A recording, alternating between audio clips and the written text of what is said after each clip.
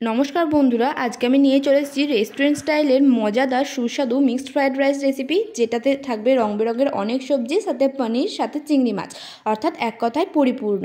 তো চলুন দেরি না করে দেখে নেওয়া যাক এর জন্য কী করতে হবে। তো প্রথমে আমি এখানে নিয়ে নিয়েছি ফ্রাইড রাইস যে চাল দিয়ে করা হয়, সেই চালটা 1 কেজি পরিমাণে। এই চালটাকে এরপর 4 থেকে 5 বার এভাবে জল দিয়ে ধুয়ে নেব, জল পাল্টে পাল্টে। যতক্ষণ না এই চালটাকে ধুয়ে জলটা একদম পরিষ্কারভাবে বেরোয়, ঠিক ততক্ষণ আমি এই চালটাকে এইভাবে ভালো করে ধুয়ে নেব। তো 4 থেকে 5 বার এই চালটা ধুয়ে নেওয়ার পর এইভাবেই আমি আরও একটু জল দিয়ে চালটাকে ভিজিয়ে রেখে দেব আধ ঘন্টার জন্য। তো চালটার দিকে আমি ভিজিয়ে রেখে দিয়েছি ধুয়ে। এরপর এখানে দেখতে পাচ্ছি একটা বড় সাইজের হাঁড়ি নিয়ে নিয়েছি, হাঁড়ির অর্ধেকটা আমি জল দিয়ে পরিপূর্ণ করে দিয়েছি। এরপর এখানে দিয়েছি কয়েক টুকরো দারচিনি, কয়েকটা এলাচ ফাটিয়ে, সাথে সাথে দিয়ে দিচ্ছি কয়েকটা তেজপাতা, আর দিয়ে দেবো কয়েকটা গোলমরিচ। এরপর জলটাকে গরম হতে দিতে হবে, অর্থাৎ জলটা যতক্ষণ না ফুটছে ততক্ষণ কিন্তু এটাকে ঢাকা দিয়ে রাখতে হবে। তো জলটা গরম যখন হয়ে যাবে, ঠিক সেই সময় আমি যে চালটা ভিজিয়ে রেখেছিলাম সেখান থেকে জলটা ঝরিয়ে সেই চালটা আমি দিয়ে দিচ্ছি। পুরো চালটাকে আমি এখানে দিয়ে দেবো। এই চালটা দিয়ে দেওয়ার পর এটাকে আমাদের সেদ্ধ করার জন্য রেখে দিতে হবে, কিন্তু তার আগে আমি এখানে দিয়ে দিচ্ছি 1 চামচ মতো সাদা তেল। সাদা তেল দেওয়ার ফলে কিন্তু চালটা একদম ধবধবে সাদা থাকে। আর তার সাথে সাথে দিয়ে দিচ্ছি 4 ভাগের 1 ভাগ পাতিলেবুর রস। পাতিলেবুর রস দেওয়ার ফলে চালটা কিন্তু একটা অপরটার সাথে লেগে যায় না, অর্থাৎ একদম ঝরঝরে থাকে। এরপর খুব ভালোভাবে একটু এটাকে মিশিয়ে নিতে হবে। আর মিশিয়ে নেওয়ার পর এটাকে আমি 10 মিনিট থেকে 15 মিনিট মতো রেখে দেবো ঢাকা দিয়ে সেদ্ধ হওয়ার জন্য। তো 10 থেকে 15 মিনিট পর এই যে দেখো, ভাতটা কিন্তু একদম রেডি হয়ে গেছে। এরপরে ভাতটা থেকে ফ্যানটা ঝরিয়ে নেবো, তবেই বুঝতে পারবো চালটা ঠিক ভাতটা কতটা ঝরঝরে হয়েছে। তো ফ্যান ঝরানোর জন্য এখানে আমি নিয়ে নিয়েছি একটা বড় সাইজের ছাঁকনি দিয়ে এইভাবে ভাতটাকে তুলে নেব। আর এইভাবে একটা ছিদ্রযুক্ত থালায় আমি এখানে রেখে দেবো চালটাকে, যাতে ভালোভাবে জলটা ঝরে যায়। এইভাবেই পুরো ভাতটাকে কিন্তু করে নিতে হবে। আর এইভাবে করার ফলে কিন্তু চালটা আরও বেশি ঝরঝরে থাকে। তো এদিকে আমি পুরোটা ভাতটা কিন্তু আমি ফ্যানটা ঝরিয়ে নিয়েছি। আর এদিকে দিয়েছি কড়াই, একটা কড়াই কিছুটা সাদা তেল দিয়ে দিলাম। এরপর তেলটা গরম হলে এখানে আমি কাজু আর কিশমিশটাকে ভাজতে দেবো। কাজু আর কিশমিশটাকে আমি আগে থেকে কিছুক্ষণ 10 থেকে 15 মিনিটের জন্য ভিজিয়ে রেখেছিলাম, তো সেটাকে আমি দিয়ে দিচ্ছি এখানে ভাজতে। এরপর এটাকে একটু ভাজা হোক, 2 মিনিট মতো এটাকে ভেজে নেব। ভেজে নেওয়ার পর এটাকে আমি তুলে নেব ভালোভাবে তেলটা ঝরিয়ে।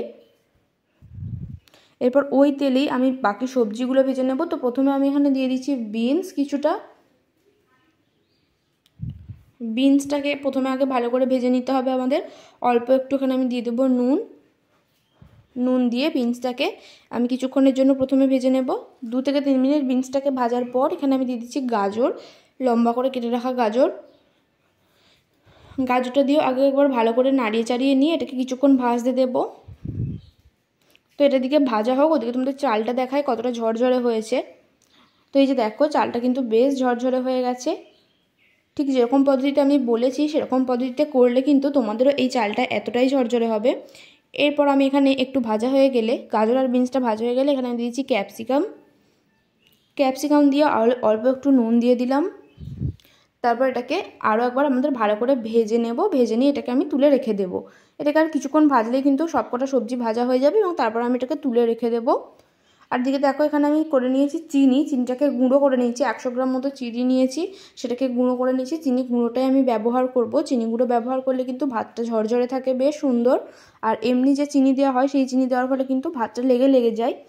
তো এরপর এখানে আমি একটা বড় সাইজের হাঁড়ি নিয়ে নিয়েছি। হাঁড়িটাতে আমি সাজাবো, তো তার জন্য তাতে কিছুটা ঘি দিয়ে দিয়েছি তলায়। আর তারপর যে ভাতটা করে রেখেছিলাম, সেই ভাতটা এখানে আমি দিয়ে দেবো।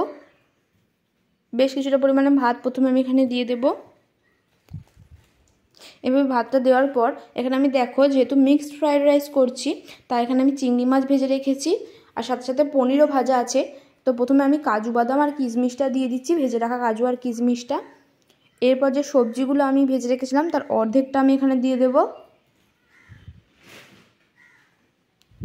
আর তারপর আমি ভেজে রেখেছিলাম যে পনির, সেই পনিরগুলো দেখো, এই যে দেখো ভেজে রেখেছি আমি। এরপর এই পনিরগুলোকে অর্ধেকটা দিয়ে দেবো পনিরের।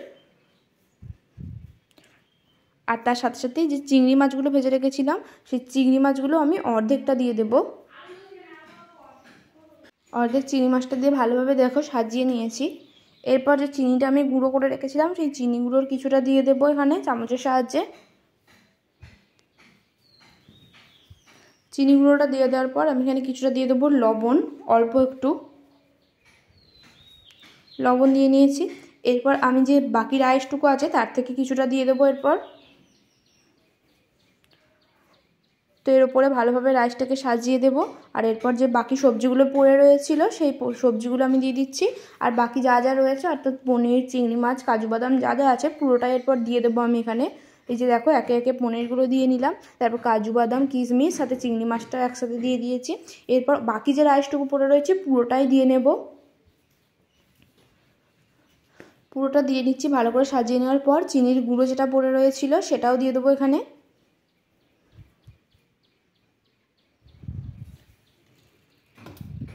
চিনির গুঁড়োটা দেওয়ার পর এই যে দেখো অল্প একটু নুনও দিয়ে দিলাম।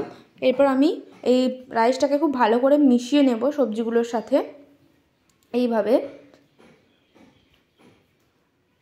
তো মিশিয়ে নেওয়া ভালো করে এটাকে মিশিয়ে নেওয়ার পরেই কিন্তু আমাদের আজকের মিক্সড ফ্রাইড রাইস তৈরি হয়ে যাবে, একদম খুবই অল্প সময়ে এবং খুবই কম উপকরণ দিয়ে খুব সহজ পদ্ধতিতে করে দেখিয়েছি। তো এই যে রেডি দেখো আমাদের মিক্সড ফ্রাইড রাইস। কেমন লাগলো আজকের রেসিপিটা অবশ্যই জানিও।